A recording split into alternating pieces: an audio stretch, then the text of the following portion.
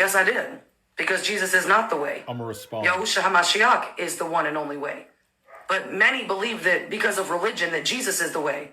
Jesus is the light bearer, the morning star, Lucifer.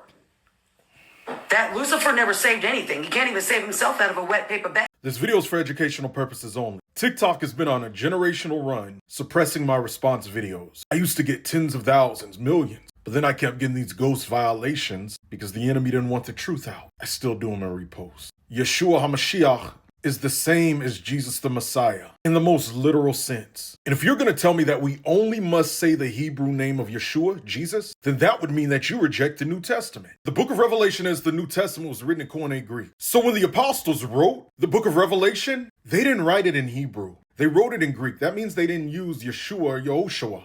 They use Jesus, which in transliterated into English is Jesus. Me, myself, I say Yeshua and Jesus interchangeably. We're messianic in practice, so you may hear us say Yeshua a lot.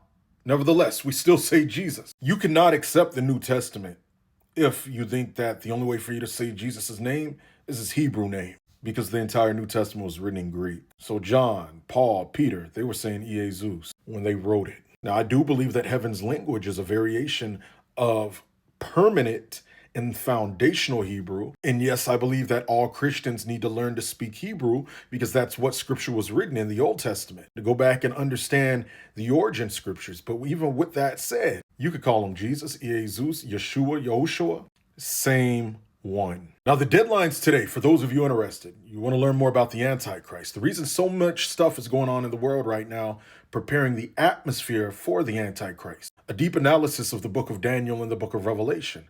The rise of AI and its role in prophecy, the mark of the beast, and more. Go to my profile, click the Ironic Learning link in my bio. And if you're watching from YouTube, the Ironic Learning link in my bio there. It's not a live class. It's pre-recorded so you can watch at your convenience.